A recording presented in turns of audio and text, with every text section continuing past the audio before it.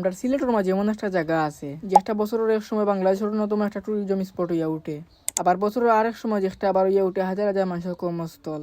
Hello guys, আসসালামু আলাইকুম। আমি এখন বই আছি জাদুকাটা নদীর একেবারে ফারো। জাদুকাটা নদী হইল বাংলাদেশের একটা গুরুত্বপূর্ণ আর অপরূপ সৌন্দর্যের অন্তঃসীমান্ত একটা নদী।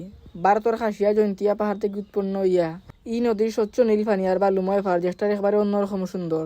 তবে আজকে আপনারা যে রূপটা দেখতে পারেন একটা চেনা রূপ নাই। বর্তমানে নদীর পানি একেবারে শুকাই গেছে।